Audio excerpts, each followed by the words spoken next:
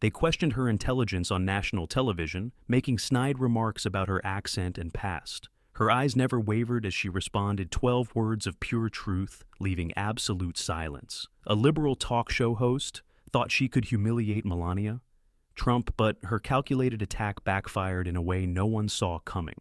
The Manhattan studio buzzed with anticipation that spring evening as the audience filed into their seats, smartphones ready, social media primed for the takedown they'd all come to witness. It was meant to be Jessica Palmer's crowning moment, another notch in her belt of conservative figures left stammering on her stage.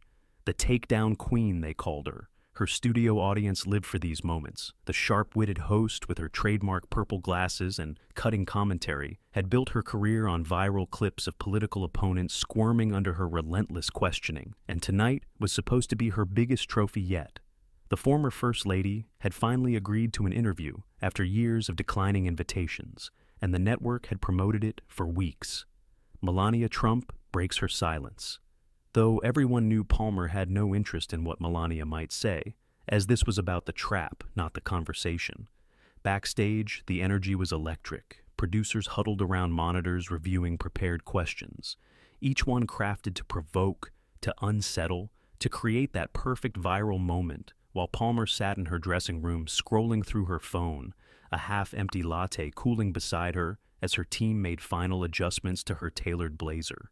She wasn't nervous. She'd done this 100 times before, taken down senators, CEOs, and celebrities who dared step into her arena with views that contradicted her own. 5 minutes, called a production assistant, poking her head through the door, and Palmer nodded, slipping her phone into her pocket and practicing her camera-ready smile, the one that looked warm until you noticed it never reached her eyes. The crowd was perfect tonight, hand-picked for their reactions, for their willingness to laugh on cue, to gasp at the right moments. The energy before a takedown had a particular quality, like sharks sensing blood in the water, and Palmer could feel it as she stepped onto the stage, waving to her audience, basking in their applause, their expectation, their shared anticipation of what was about to unfold. "Tonight," she began, once the cheering had subsided, "we have a guest who needs very little introduction." A knowing chuckle rippled through the crowd. "She's been called mysterious, private, and sometimes," Palmer paused for effect, "complicit," prompting more laughter, sharper this time, as Palmer smiled, knowing this was going exactly as planned. "Please welcome to the show, for the very first time, former First Lady Melania Trump." And the applause was mixed with murmurs as Melania walked onto the stage, her movements graceful, measured, her expression revealing nothing. Wearing a simple cream-colored dress, elegant but understated, no flashy labels, no statement pieces, nothing for Palmer to mock, which was her first miscalculation. They shook hands briefly, Palmer's grip aggressive, asserting dominance, Melania's response firm but not challenging. As they took their seats, Palmer leaning forward slightly like a cat preparing to pounce, while Melania sat straight, ankles crossed, hands resting lightly on her lap. The picture of composure, but Palmer had seen this before, the practiced calm, the media training. It never lasted under pressure. "So, Melania," Palmer began, not bothering with pleasantries, "it's been quite some time since you've done any major interviews. Why the silence? Are there things you're afraid to talk about?" And the question hung in the air, loaded, accusing, as the audience leaned forward. But Melania's expression didn't change. "I speak when I have something to say," she replied, her accent soft but distinct. "Not simply to hear my own voice." And a few audience members shifted uncomfortably, realizing this wasn't the flustered response they had expected. Palmer pressed on, undeterred. "Many people have called you the most reluctant First Lady in history," she said, her tone sharpening, "as though you never wanted the role, never embraced it, never cared about the American people. What would you say to that?" And the studio lights seemed to intensify, highlighting every micro-expression, every reaction, as the cameras zoomed in, capturing the moment that was supposed to be Melania's undoing. But something unexpected happened. Instead of defensiveness, instead of anger, Melania simply tilted her head slightly, studying Palmer with a gaze that seemed to see right through her. "Tell me, Jessica," she said, her voice calm but somehow filling the room, "have we met before today?" And Palmer blinked, thrown off her rehearsed rhythm. "No, of course not. Yet you speak with such certainty about who I am, what I think, what I feel."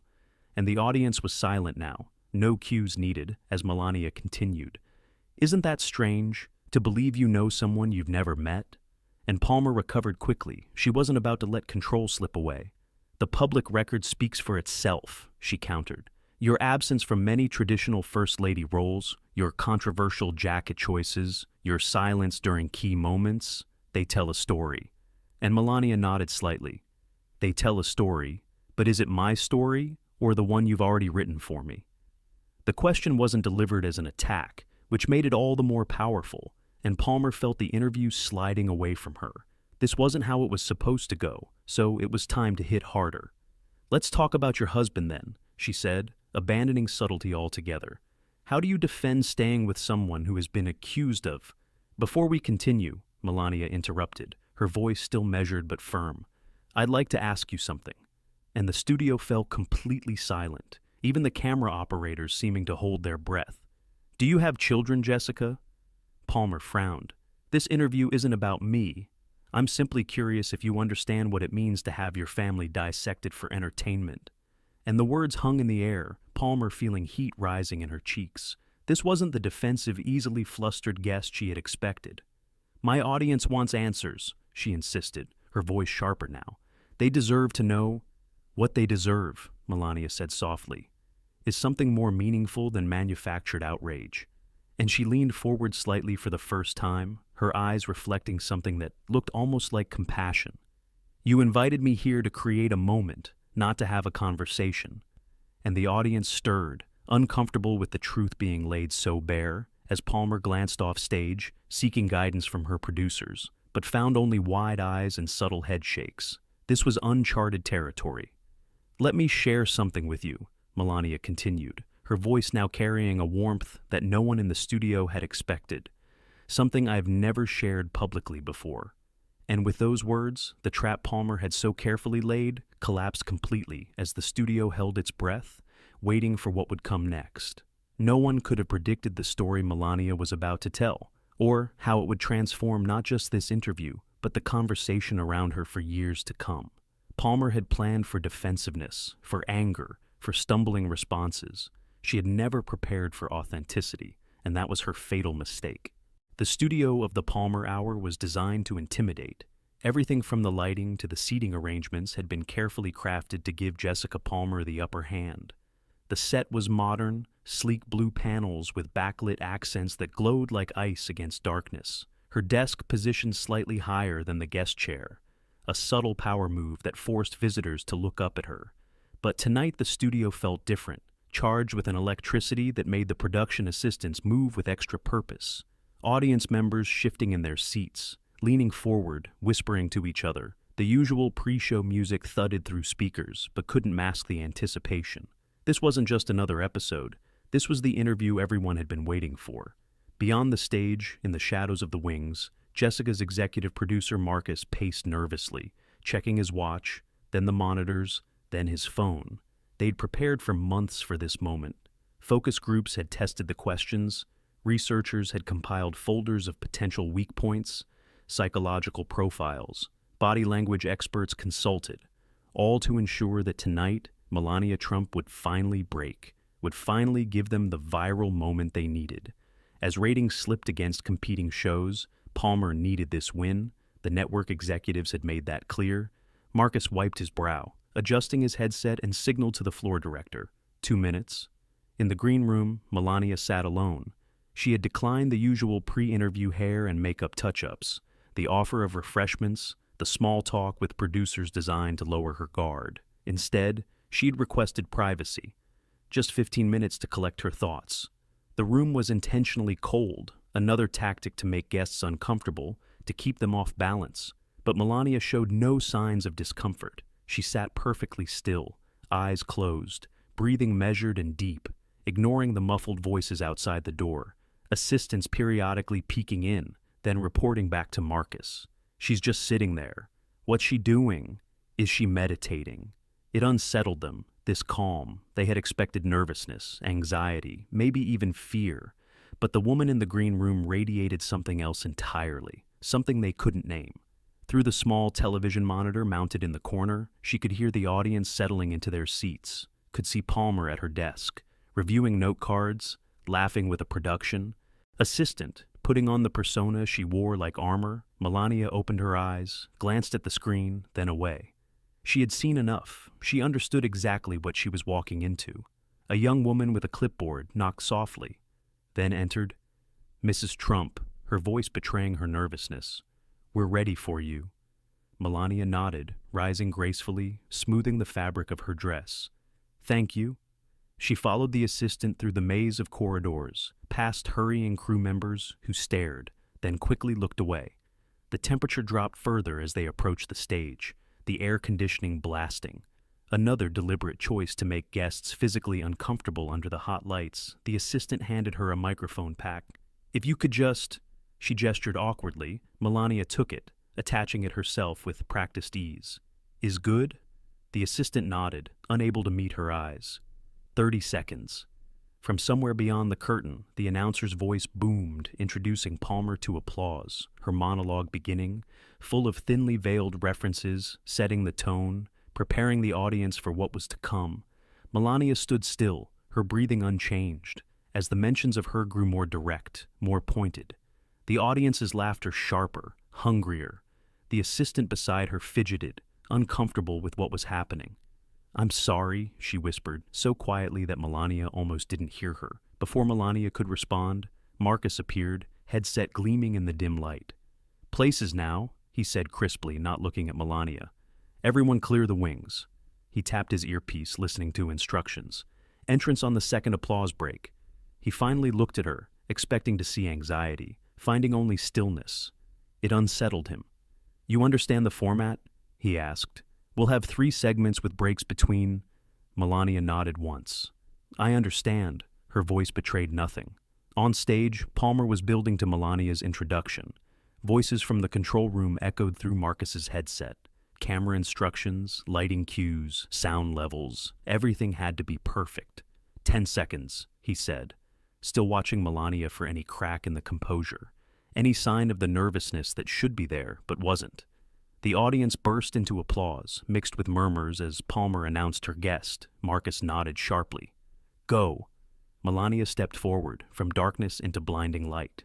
The heat of it immediate, contrasting with the artificial cold. The noise hit her next. Hundreds of people, some clapping politely, others openly skeptical. Cameras swiveling to track her movement. Enormous monitors displaying her image from multiple angles, capturing every micro-expression, every step, every breath. She had walked runways, attended state dinners, visited disaster zones. But this was different. This was a carefully constructed trap designed to strip away dignity, to provoke reaction, to create entertainment from someone else's pain. She recognized it instantly, had seen it happen to others. The stage felt longer than it looked, the distance to Palmer's desk stretching out before her. She could feel the audience watching, judging, waiting, could see Palmer's practiced smile, the predatory gleam in her eyes poorly disguised as welcome, could sense the producers in the shadows, tense with anticipation. This moment had been engineered with a specific outcome in mind. But Melania had not come unprepared. As she crossed the stage, her mind was clear, focused. She had survived war zones, media frenzies, global scrutiny. This was just another stage, another performance, but not the one they expected. Palmer stood, extending her hand, her grip too tight, too dominant. A power play, so obvious, so unnecessary. "Welcome to the show." Her tone suggesting that this small stage, this hour of television, was something grand, something Melania should be grateful to access. Melania nodded. "Thank you for inviting me," her accent deliberate, unapologetic. They took their seats, the audience still watching, still waiting, cameras still capturing every movement, every angle. The lights felt hotter now, designed to make guests sweat, to look uncomfortable on camera. Palmer leaned forward, elbows on her desk, a posture designed to claim space, to assert control. So, Melania, the familiar use of her first name, another calculated choice. "It's been quite some time since you've done any major interviews." And so it began, the first thrust in what Palmer clearly expected to be a one-sided battle. But what she didn't know, what none of them knew, was that Melania had not come to fight. She had come with something else entirely, something that would catch them completely off guard. As the first question hung in the air, Melania took a single breath. The studio absolutely silent now. The trap was set, the stage was prepared, but the performance was about to veer wildly from the script they had written, in ways no one could anticipate. What happened next would leave Jessica Palmer rethinking everything. Jessica Palmer leaned forward, her posture like a prosecutor about to deliver her opening argument. Let's start with something simple, though nothing about her tone suggested simplicity. You've been called the most mysterious First Lady in modern American history. Was that intentional, or were you just uncomfortable in the role? The question loaded with assumption, trapped between two unflattering options, a classic Palmer technique. The audience stirred, eager for the first sign of discomfort. Melania maintained her composure. I've always valued privacy, her accent wrapping around each word. Even before my husband entered politics, this is not mysterious. This is simply who I am.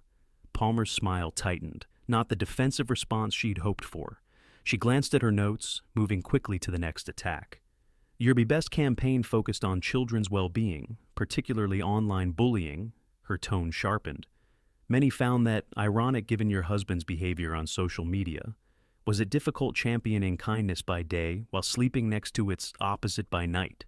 A few gasps from the audience followed by nervous laughter. The question was brutal, even by Palmer's standards. A female panelist seated to Palmer's right leaned forward eagerly. And let's be honest, the campaign never really accomplished anything tangible, did it?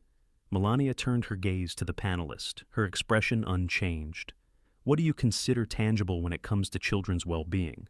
The panelist blinked, thrown by the counter-question. Well, I mean, measurable outcomes, policy changes, the usual metrics. Melania nodded. In a world obsessed with metrics, we sometimes forget that kindness isn't easily measured. The children I visited, the families I spoke with, might disagree with your assessment. Her voice remained steady, without edge or defensiveness. The panelist opened her mouth, then closed it again. Palmer jumped back in, refusing to lose momentum. Speaking of children, your son was quite young when your husband took office. Many criticized your decision to remain in New York, putting your son's needs above your duties as First Lady. Do you regret that choice? Her tone suggested the correct answer was obviously yes. A male panelist chimed in, especially given the cost to taxpayers for your security detail. Melania tilted her head slightly. As a mother, my first responsibility will always be to my child, she said simply. I would make the same choice again. Palmer pushed harder. But as First Lady, don't you think your first responsibility should have been to the American people? The trap fully laid now, motherhood versus duty, a no-win scenario. The audience waited, tension building. Melania looked directly at Palmer. Tell me, Jessica, have you ever had to choose between your child's well-being and public opinion?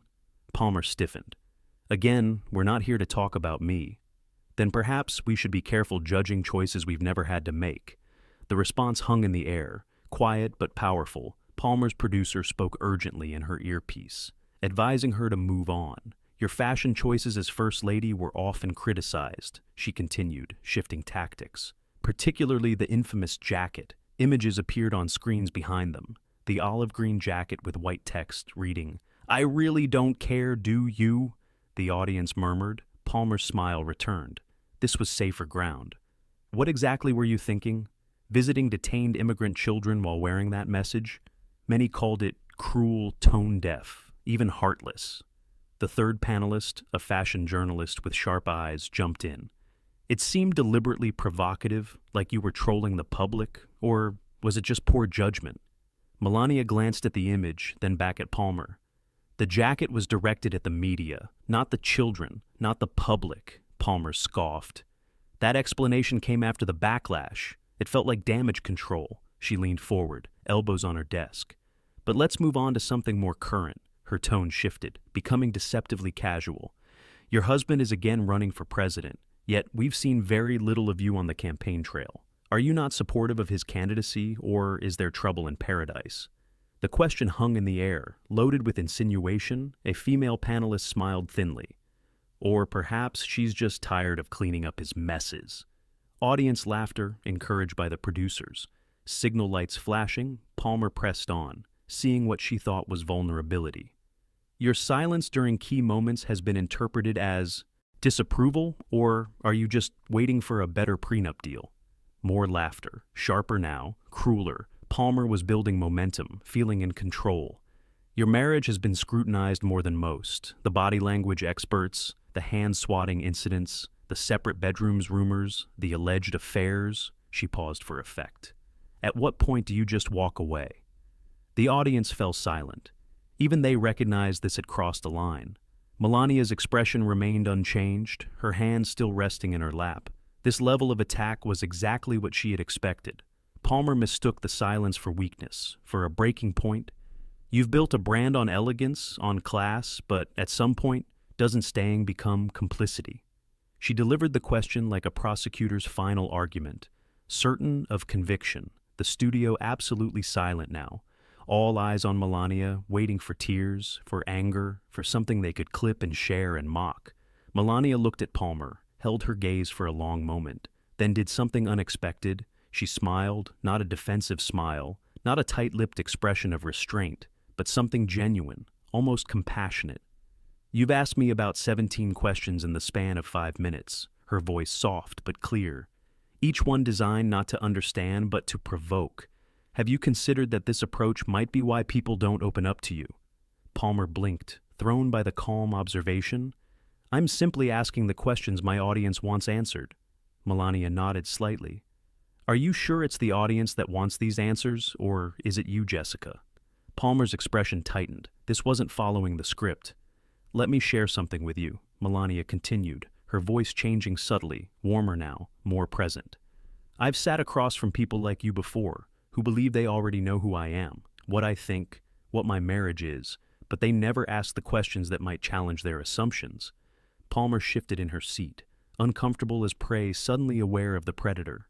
We have limited time, she said sharply, and many topics to cover. Yes, Melania agreed, so perhaps we should make it meaningful. A murmur ran through the audience. Something was happening, something unplanned. Palmer glanced off stage, seeking guidance from her producer. Finding only wide eyes and confusion, she turned back to Melania, attempting to regain control. Let's talk about your childhood then. Growing up in communist Slovenia, how did that shape your views on American democracy? The question wasn't particularly sharp, a retreat to safer ground, but it was too late. The dynamic had already shifted. Melania leaned forward slightly for the first time since sitting down. I would be happy to talk about that, but first, may I ask you something, Jessica? Palmer hesitated, then nodded stiffly, certain she could handle whatever came next. When was the last time an interview you conducted actually changed your mind about someone? The question landed like a stone in still water, ripples of surprise moving through the studio. Palmer stared, completely unprepared. I don't form opinions, she said finally. I just ask questions. Melania smiled again, that same knowing smile. Then we both know that isn't true. The words weren't delivered as an attack, which somehow made them more powerful. One of the panelists coughed nervously.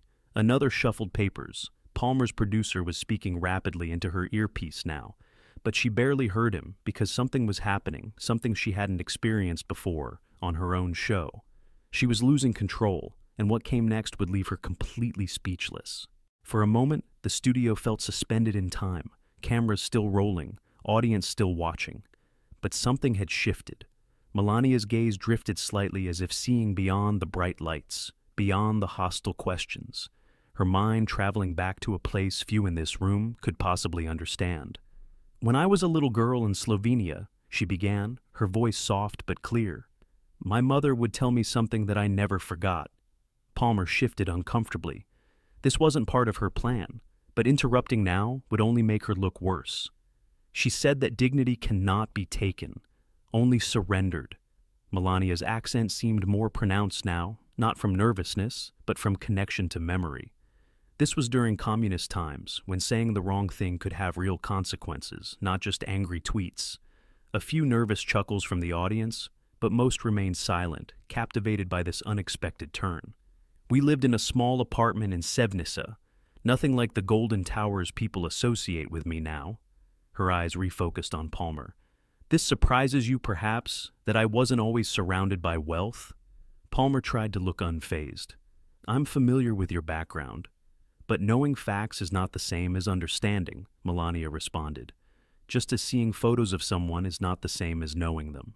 She straightened slightly in her chair, her posture still perfect, but somehow more relaxed. Now, when I was 16, I had my first encounter with what you might call media manipulation. The studio grew quieter still. Even the camera operators seemed to lean in slightly.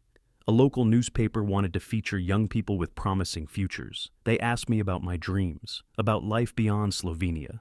She paused briefly, the memory settling around her. I spoke honestly about hoping to see the world, about my interest in design, in languages, in possibilities beyond our borders, her eyes meeting Palmer's again. But when the article was published, my words had been twisted to suggest I was ungrateful, that I thought I was too good for my home country. Palmer tried to regain control. That's hardly the same as... It was my first lesson, Melania continued, as if Palmer hadn't spoken, in how easily truth can be reshaped to fit someone else's story. A cameraman shifted his weight, the small sound amplified in the unusual silence. My father defended me fiercely. A faint smile touched her lips. He understood something essential about dignity, about not letting others define you. Her voice took on a warmth that hadn't been present before. He would say, Melania, they can write what they want, but you know who you are.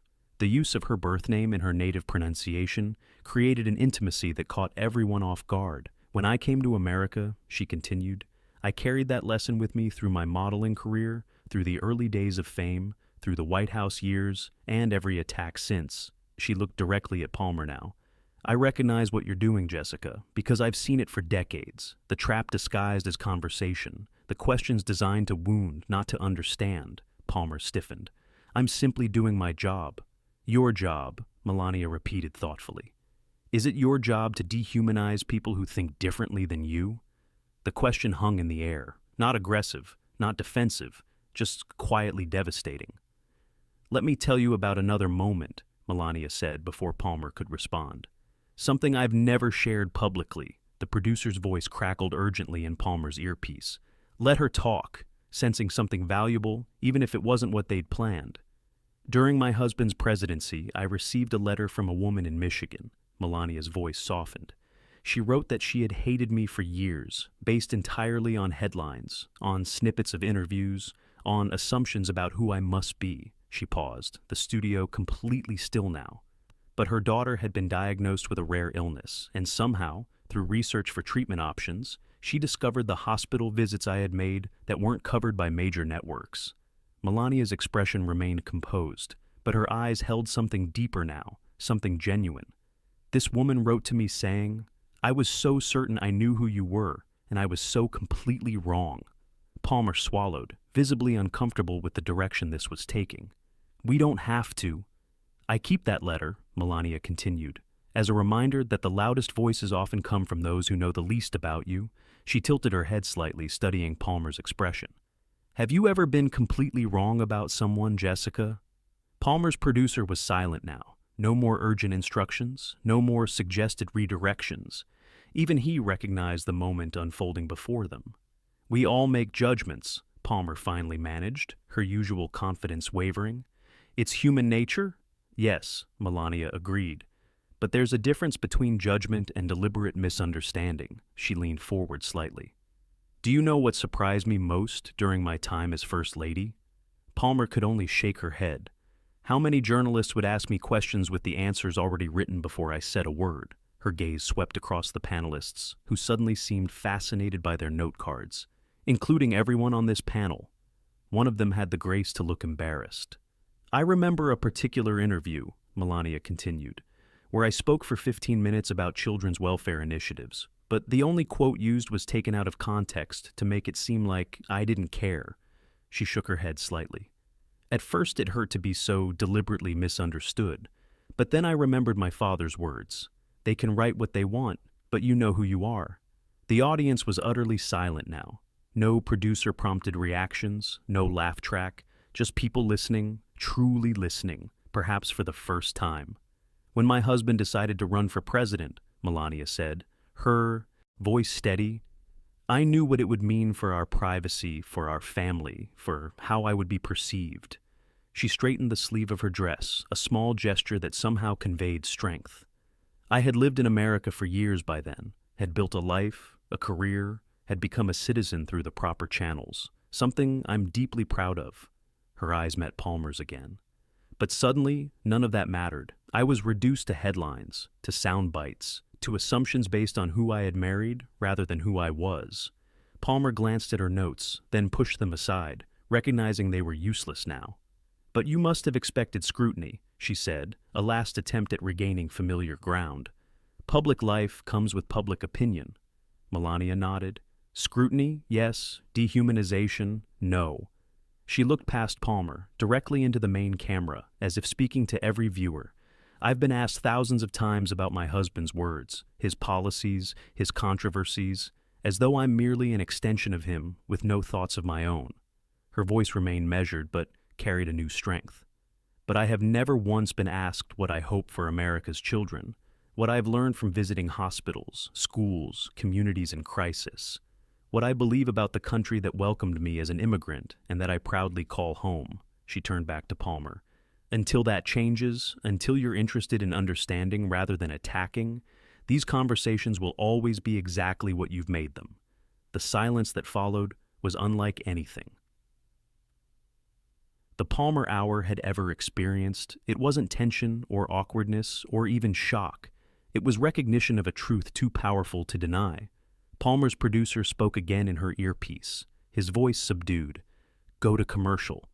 But for the first time in her career, Palmer didn't move, couldn't move, because what had just happened wasn't in any script, wasn't part of any plan, and what came next would change everything. Jessica Palmer's producer spoke again, more urgently now. We need to go to commercial. But Palmer remained frozen, her usual quick retorts abandoned, the control room chaotic, directors frantically signaling, Palmer's earpiece buzzing with instructions. Yet the host seemed incapable of following simple commands. The audience sat perfectly still, as if movement might break the spell over the studio. Melania waited, her posture unchanged, her expression calm. The silence stretched, uncomfortable for everyone but her. Finally, Palmer found her voice, though it lacked its usual edge. You mentioned never being asked what you hope for America's children, she swallowed visibly. What do you hope for them? The simplicity of the question, its genuine curiosity, marked the first honest moment in the entire interview. The studio held its breath. Melania studied Palmer's face, searching for the trap, finding instead something unexpected, a crack in the facade. I hope they learn to think for themselves, she said finally, not to follow headlines or trending hashtags or even the loudest voices in their social circles. She leaned forward slightly, her voice taking on new warmth. I hope they understand that compassion isn't weakness, that listening isn't surrender, that seeing beyond labels is the beginning of wisdom. The camera operator zoomed in slightly, capturing the intensity in her eyes. During my time as First Lady, I visited children's hospitals in every corner of this country. I sat with children fighting cancer, with babies born addicted to opioids, with teenagers recovering from shootings. Her voice remained steady, but carried a depth of emotion that hadn't been present before. These children didn't care about my accent or my husband's tweets or what the media said about me. A sad smile touched her lips. They only cared that someone was there, listening, seeing them as more than their circumstances. Palmer couldn't look away. None of them could. There was a girl in Cincinnati, Melania continued, perhaps 12 years old, her body ravaged by chemotherapy, but her spirit, she shook her head slightly and remembered wonder. Her spirit was magnificent. For the first time, Melania's composure wavered slightly, a hint of emotion breaking through. She looked at me and said, They get all of us wrong sometimes. Melania's accent wrapped around the child's words, giving them a poignant weight. But it doesn't matter what they think, only what we know about ourselves. She paused, allowing the words to settle. This from a child fighting for her life. Her eyes met Palmer's directly. She taught me more in that moment than 1,000 media consultants. Palmer's producer had gone silent, the urgency for commercial break forgotten. Even he recognized they were witnessing something rare, something authentic. "What happened to her?" Palmer asked softly, forgetting her role as adversary just for a moment. "She survived," Melania said, a genuine smile warming her face. "I still receive letters from her. She's in college now, studying oncology," her eyes holding Palmer's. "This is what I care about. These stories, these children, their futures." She straightened slightly. "Not the petty headlines or manufactured controversies or even the hostile questions from people who decided who I was before I ever entered the room." The words hung in the air, not as an attack, but as a simple truth. Palmer looked down at her notes. The carefully crafted questions designed to provoke and trap suddenly seemed small, mean-spirited. Beneath the moment they were in, when she looked up again, something had changed in her expression. "We've been unfair to you." The words escaped before she could stop them. A murmur rippled through the studio, producers exchanging alarmed glances. This wasn't in the script, but Melania just nodded once, acknowledging the admission without triumph. "Not just you," she said quietly. "A system that rewards conflict over understanding, outrage over insight. That is what's truly unfair." Palmer set aside her notes completely. "Would you tell me about," she hesitated, then continued, "what you actually accomplished with Be Best, the parts we didn't cover?" The question was genuine, perhaps the first honest one of the entire interview. Her producer immediately protested in her earpiece. "What are you doing?" She reached up and removed the device, setting it on her desk, visibly breaking from the script. The control room erupted, directors waving frantically. But Palmer wasn't looking at them. She was looking at Melania, waiting for a real answer. Melania's expression softened, recognizing the moment for what it was. "Be Best focused on 3 pillars," she began, her voice taking on a new energy. "Children's well-being, online safety, and opioid abuse prevention." She leaned forward, hands clasped lightly on her lap. "We created education programs in schools across the country, teaching digital citizenship, how to recognize cyberbullying, how to respond to it." Palmer nodded, actually listening now.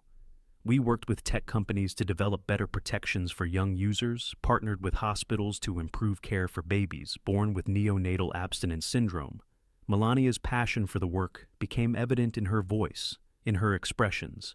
"We expanded resources for families struggling with addiction, created support networks for children in foster care because their parents could no longer care for them." She held Palmer's gaze.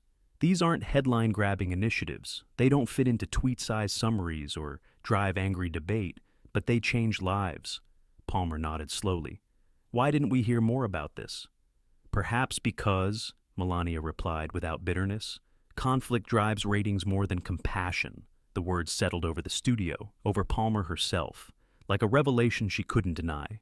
One of the panelists shifted uncomfortably, looking as though they might speak, but Palmer silenced them with a glance. This moment wasn't about sound bites anymore. "I think," Palmer said finally, her voice carrying a hint of genuine regret. "I owe you an apology." The audience stirred, cameras zoomed in, capturing what no one expected. A moment of authentic humility from the takedown queen. "Not just for tonight, but for years of coverage that missed who you actually are." Melania tilted her head slightly, studying Palmer with new interest. "Apology accepted," she said simply, then added, "But perhaps more important than apologizing to me is considering how you approach others in the future." Palmer nodded slowly.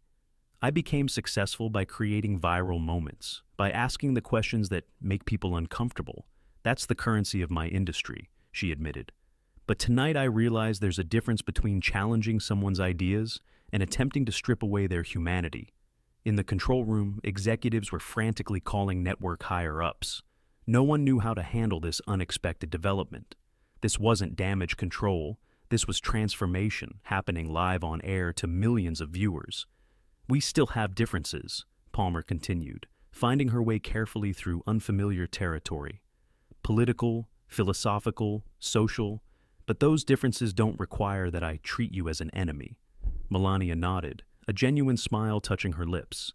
"Difference without dehumanization is the beginning of actual conversation."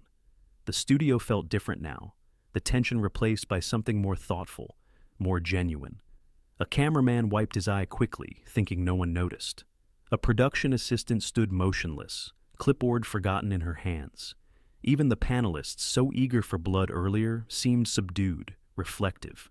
What had begun as an ambush had transformed into something no one could have predicted. Certainly not Jessica Palmer, who now sat facing Melania, not as adversary, but as someone seeing clearly. Perhaps for the first time, the audience sensed it too, the shift from spectacle to substance, from entertainment to enlightenment.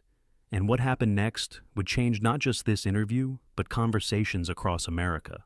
The studio sat in stunned silence as the impossible unfolded before them. Jessica Palmer, the notorious takedown queen, had not only failed to tear down her guest, but had removed her earpiece, abandoned her script, and publicly apologized. The control room was chaos, producers frantically signaling, directors shouting into headsets, network executives demanding they cut to commercial, but no one on stage was looking their way. The first reaction came from the audience. A woman in the third row stood slowly and began to applaud. Not the usual prompted applause that punctuated segment breaks, but something genuine, something spontaneous. Others joined her, one by one, then in waves until the entire studio filled with the sound. Palmer glanced around, confusion written across her face. This wasn't for her. It was for Melania, for the dignity, the authenticity, the unexpected humanity that had transformed the night. Melania nodded once, acknowledging the response without pride or triumph, just quiet acceptance. Palmer's producer had abandoned his headset, standing slack-jawed at the edge of the stage, his carefully planned ambush in spectacular ruins. One of the panelists, the fashion journalist, leaned forward. "I'd like to apologize as well," her voice barely audible over the applause. "I came prepared to criticize, not to listen." She looked down at her notes, then pushed them away. "I've written so many pieces about your fashion choices, your public appearances, always through a political lens, never considering the person behind them." The audience quieted, sensing another shift. "This isn't how these shows are supposed to work," the male panelist murmured, half to himself. "We're supposed to create tension, controversy, clips that go viral, not—" He gestured vaguely. "Whatever this is." Palmer found her voice again. "Maybe that's the problem," she said softly, then more firmly. "Maybe that's been the problem all along." The camera zoomed in, capturing a moment of realization that felt almost too intimate for broadcast. "We've built an entire media ecosystem around tearing each other apart," she continued, looking not at Melania now, but at the audience, at the viewers beyond. "We justify it as accountability, as speaking truth to power, but tonight I'm wondering if what we're actually doing is destroying our ability to see each other as human." A producer was frantically writing on a whiteboard off stage, "Commercial break now." But Palmer wasn't looking. "Mrs. Trump," she said, deliberately using the formal address she had avoided earlier, "would you be willing to stay for an extended segment? No gotcha questions, no planned attacks, just a real conversation about your experiences, your perspectives." Even as the words left her mouth, Palmer seemed surprised by them. Melania studied her face, looking for signs of insincerity, finding none. "I would be happy to," she said simply. The audience applauded again as Palmer turned to face the main camera. "We'll be right back with an extended conversation with former First Lady Melania Trump," she announced, her voice carrying a new authenticity that even regular viewers had never heard before. "And I promise you, it won't be what you expected." Finally, mercifully, they cut to commercial, the red lights on the cameras dimming, but the studio remained charged with something electric, something real. Backstage was pandemonium, the executive producer Marcus pacing frantically, phone pressed to his ear. "I understand, sir. Yes, sir. But she took out her earpiece. We couldn't—" He winced, pulling the phone away slightly as the voice on the other end grew louder. Across the studio, network executives huddled, their expressions grim, tablets displaying real-time data, social media reactions, incoming calls. "This isn't what we planned," one muttered, swiping through screens. "But look at these numbers," another countered, pointing at a rapidly climbing graph. "Engagement is through the roof." "It's a disaster," the first insisted. She was supposed to eviscerate her, not apologize to her. The second executive's expression shifted as she studied the incoming data. "I'm not so sure this is a disaster," she said slowly. "Look at these comments. They're overwhelmingly positive." She scrolled through her tablet. "Most authentic moment I've ever seen on television." Haven't cried watching an interview since Oprah. Just renewed my faith in humanity. The executives exchanged glances, their priorities shifting from damage control to unexpected opportunity. Meanwhile, on stage, Palmer and Melania sat. In conversation, mics temporarily disabled. Cameras no longer rolling, but the connection between them strangely intact. "I've never done anything like this," Palmer admitted, running a hand through her hair. "Gone off script, I mean." Melania nodded. "Sometimes the script is what prevents us from actually communicating." Palmer laughed, a genuine sound, not the practice chuckle she used during segments. "I built my entire career on having the perfect response, the perfect trap, the perfect takedown." She shook her head. "I never considered what it cost me, what it cost the people watching." She glanced toward the audience, who remained in their seats, unwilling to miss what might happen next. "This is going to change things for me," she said quietly. "I'll probably get pushback from the network, from my regular viewers." Melania leaned forward slightly. "Change is rarely comfortable," she said, "but sometimes necessary." In the front row, a young woman was furiously typing on her phone, posting to social media, "OMG, you guys, something incredible is happening on the Palmer Hour, like literally historic." Her post spread instantly. People who had changed channels flipping back, streaming services crashing as viewers rushed to witness whatever was happening in the studio. The panel members whispered among themselves, their carefully prepared attack suddenly irrelevant. "Should we even come back for the next segment?" one asked. "I think we just get in the way," another responded. The floor director approached, clipboard in hand. 2 minutes until we're back," he announced, looking as confused as everyone else. "Are we keeping the same format, or—" Palmer looked to Melania, then back at the director. "Just the two of us, no panel, no prepared questions." The director nodded, somehow not surprised. "I'll let the camera operators know." As he walked away, Melania studied Palmer's face. "Are you sure about this?"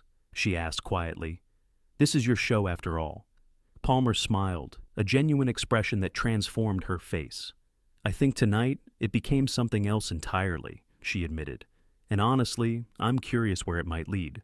The makeup team rushed forward for touch-ups before the cameras returned. Palmer waved them away. "Let's just be real people having a real conversation," she said. "No more performance." The words carried beyond the immediate moment, a declaration of intent that surprised even her. The floor director counted down. 60 seconds until air. Across America, viewers waited, social media paused, conversations halted, as millions prepared to witness whatever came next. In the green room, guests scheduled for upcoming shows watched the monitors in disbelief. "Is this for real?" one asked. "Or some kind of elaborate stunt?" No one answered because no one knew, but the expressions on Palmer's face, on Melania's face, didn't look like any performance they had ever seen before. 30 seconds, called the floor director. Palmer took a deep breath. Melania smoothed her dress, an unexpectedly human gesture. "Thank you," Palmer said quietly, just between the two of them, "for not being who I expected." Melania's expression softened. "Perhaps that is the beginning of all understanding." The cameras prepared to roll, the audience leaned forward. Something historic was happening. Not just a viral moment, not just a gotcha clip, but a fundamental shift in how we speak to one another, how we listen, how we see beyond our assumptions. And we're back in 3, 2, 1. The red lights blinked on, broadcasting to millions. What happened next would change more than ratings, more than careers. It would change how America understood conversation itself. As America watched the second half of the Palmer Hour, something shifted in living rooms, college dorms, bars, and restaurants. Wherever screens glowed with the unexpected sight of Jessica Palmer and Melania Trump engaged in actual conversation. Twitter erupted first, #, Palmer Melania trending instantly, followed by real conversation, and this is what we need. Even users who normally attacked each other found themselves agreeing that they were witnessing something rare. A conservative commentator tweeted, "Never thought I'd say this, but Palmer just showed what journalism could actually be," while a progressive activist responded, "First time I've seen Melania as a person, not just a political symbol. Palmer deserves credit for this turn." The clip of Palmer removing her earpiece spread fastest, millions of shares within minutes, captioned with variations of "the moment journalism changed forever," or "when keeping it real actually happened on live TV." At network headquarters in Manhattan, executives crowded into a conference room watching real-time analytics. As viewership surged beyond anything they had ever recorded, "We're picking up viewers from other networks," an analyst reported, eyes wide with disbelief. "People are literally texting friends telling them to turn this on." The network president stood silently, watching the numbers climb, his expression unreadable. "Should we cut it off?" a vice president asked nervously. "This isn't what we approved," the president shook his head slowly. "Sometimes you don't interfere with lightning when it strikes." Across town at rival network offices, panic was setting in as viewers abandoned their programming to watch whatever was happening on the Palmer Hour. "Get me something similar," one executive demanded. "Find me someone who can do what Palmer's doing." A producer laughed bitterly. "That's the problem. What Palmer's doing is the opposite of what we all do." In Washington, D.C., political communications teams scrambled as their carefully constructed narratives about both women crumbled in real time. "How do we spin this?" a young staffer asked, her boss staring at the screen. "I don't think we can," he admitted. "I think we just have to watch like everyone else." On college campuses, students gathered around televisions and dorm lounges and student unions, professors extending evening classes to discuss what they were witnessing. This is textbook communication theory. One media studies professor explained to her captivated students, "What we're seeing is the difference between performative debate and authentic dialogue." Across social media platforms, clips from the interview were being shared faster than content moderators could review them, not because they contained anything objectionable, but because the volume was unprecedented. Comment sections, normally toxic wastelands of partisan attacks, filled instead with expressions of surprise, reflection, even hope. "Is this what we could have been doing all along?" asked one top comment with thousands of likes from across the political spectrum. By the time the extended interview ended 90 minutes later, the landscape had shifted. Palmer and Melania had discussed immigration policy, childhood education, media responsibility, the challenges of public life, the impact of social media on civil discourse, not as combatants, but as thoughtful adults exploring complex issues. Even when they disagreed, which they often did, they did so with respect, with nuance, with the understanding that disagreement didn't require dehumanization. As the credits rolled, the studio audience stood, applauding for nearly 2 minutes, not just for the guests, but for what they had witnessed, a reminder of what conversation could actually be. In the studio, as cameras finally stopped rolling, Palmer sat back in her chair, exhausted but somehow lighter than she'd felt in years. "I don't know what just happened," she admitted to no one in particular, "but I think it's what I got into journalism for before I forgot." Melania gathered her things, preparing to leave, when Palmer reached out, not for a handshake but a genuine embrace. The cameras caught it, though they were supposedly off, one final image that would define the night. In the control room, Marcus, the executive producer, sat slumped in his chair, his phone buzzing constantly with messages from network executives who had pivoted from outrage to ecstatic congratulations, as if the outcome had been their idea all along. "We've received calls," he told Palmer afterward, his voice hollow with disbelief, "from 3 major publications wanting to do profiles on the new Jessica Palmer." Palmer laughed, the sound genuine. "There is no new Jessica Palmer," she corrected, "just the one who remembered why she started doing this in the first place." Overnight, the video accumulated 50 million views. Analysis pieces sprouted across media outlets. Talk show hosts scrambled to discuss what everyone was calling the Palmer moment. Some dismissed it as a publicity stunt. Others heralded it as a turning point. But all acknowledged something significant had occurred.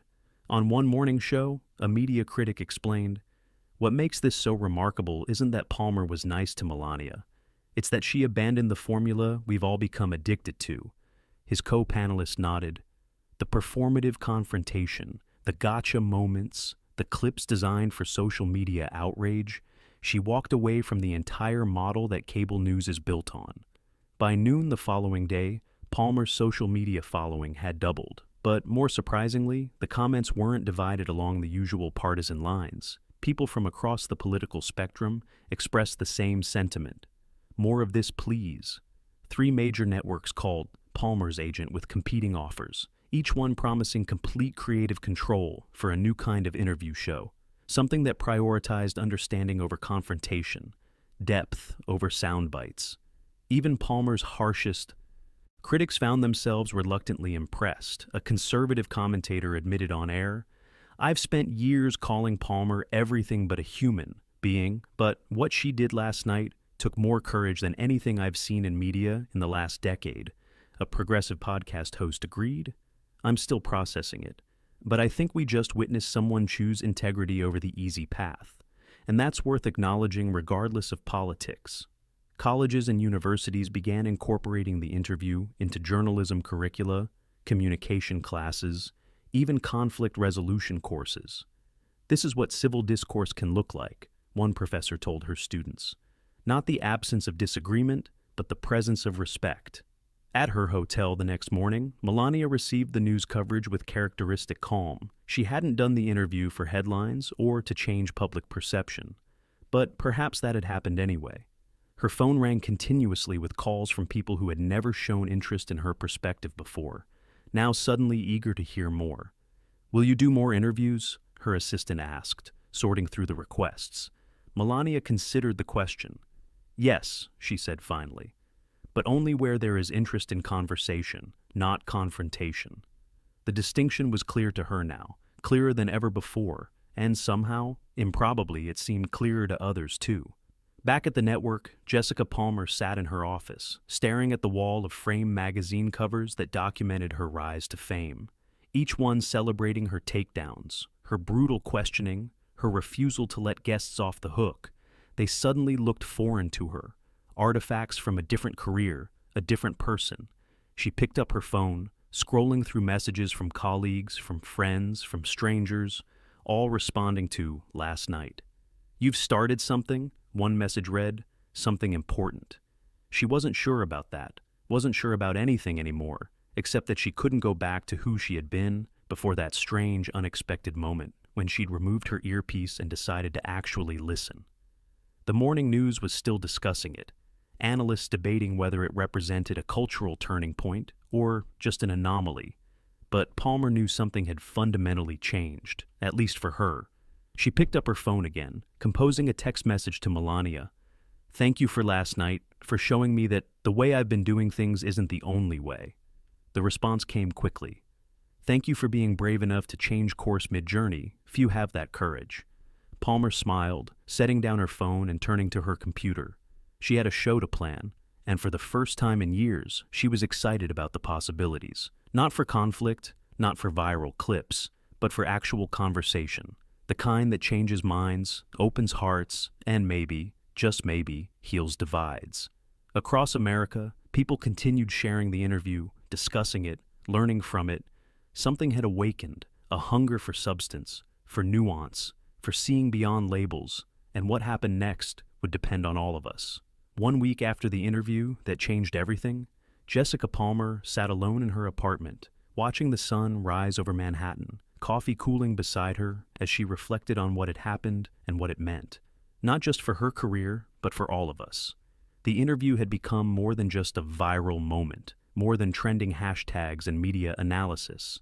It had become a cultural touchstone, a reference point for what could happen when we choose understanding over division, when we listen instead of attack, when we recognize the humanity in those we've been taught to oppose. Palmer had received thousands of messages from viewers across the political spectrum. People who had watched her show for years, to cheer on the takedowns now, thanking her for showing another way.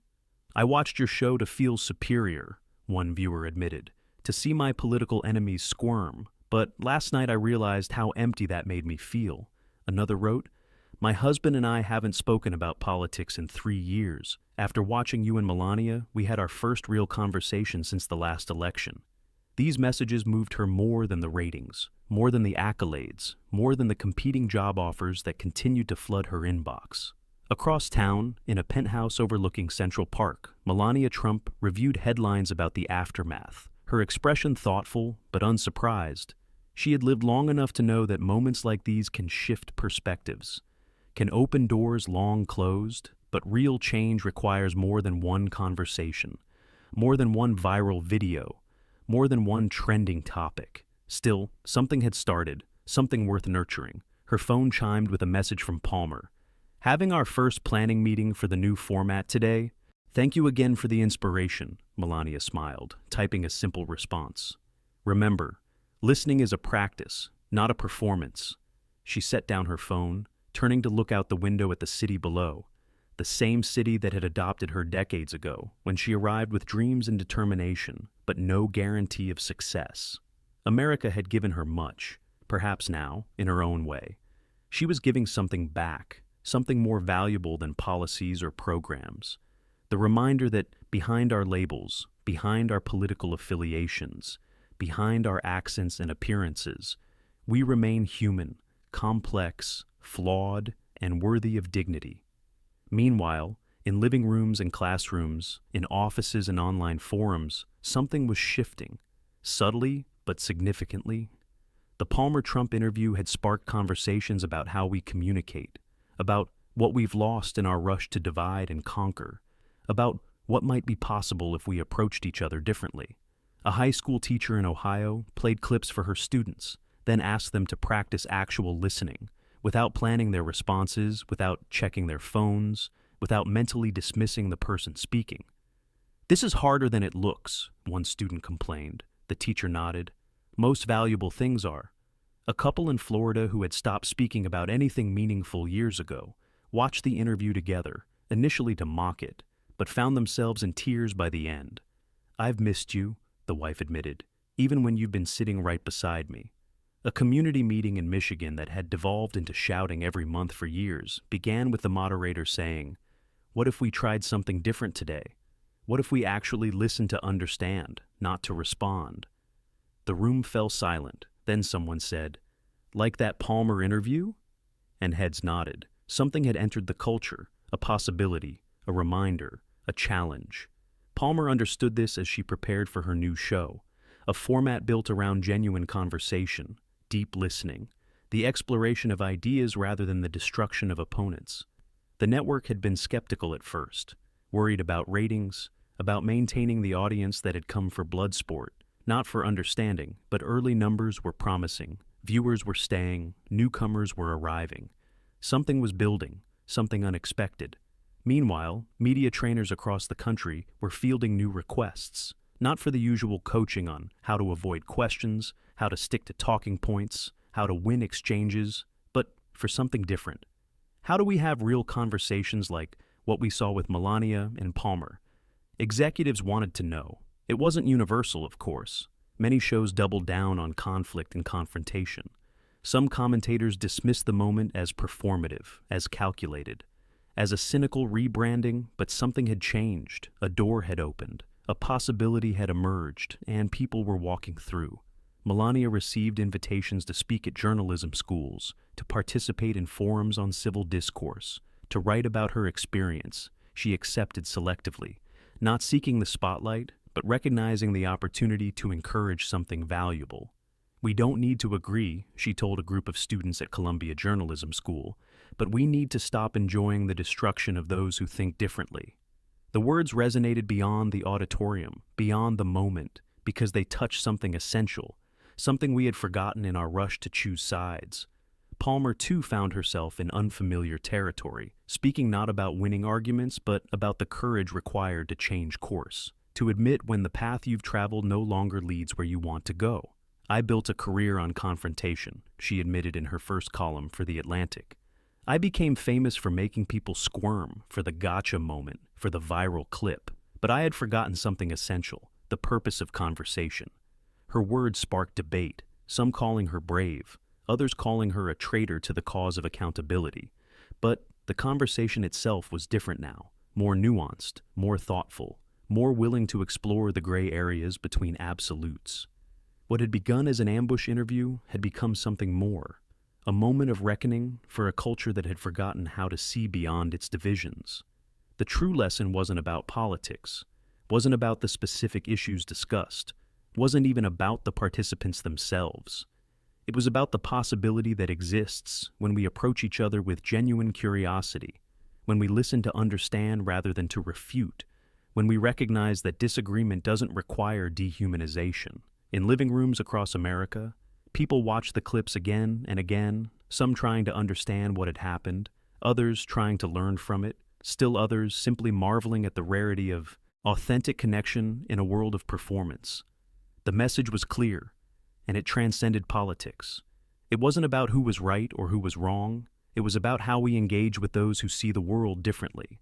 It was about remembering that behind every label, every position, every talking point is a human being with experiences that shape them, with reasons for their beliefs, with complexity that defies our need to simplify.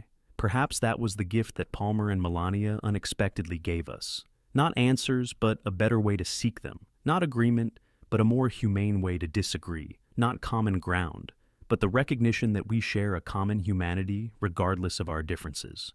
So what now? Where do we go from here? The interview changed two people, but can it change a culture? Can it change you? The next time you encounter someone with whom you deeply disagree, will you seek to understand or simply to defeat? Will you listen for connection or for ammunition? Will you see the human being or just the position they represent? These are the questions that linger long after the viral clips have stopped trending, long after the analysis has moved on to the next sensation. They are questions that matter, not just for our politics, but for our communities, our families, our very souls. Because how we speak to each other, how we listen, how we disagree shapes not just our discourse, but who we become. Palmer and Melania showed us another way, a path less traveled but more rewarding. The choice to follow it belongs to each of us. So, what will you choose? If this story moved you, don't just share it. Live it in your next difficult conversation, in your next disagreement, in your next encounter with difference. Be the one who listens, who seeks to understand, who remembers that behind every opinion is a person worthy of dignity, even when, especially when, you believe they are wrong. That is the legacy of a moment that began as an ambush but transformed into something we desperately need. A reminder of our shared humanity in a world determined to divide us. Like and subscribe for more stories that matter, not just for entertainment, but for how we live and who we become.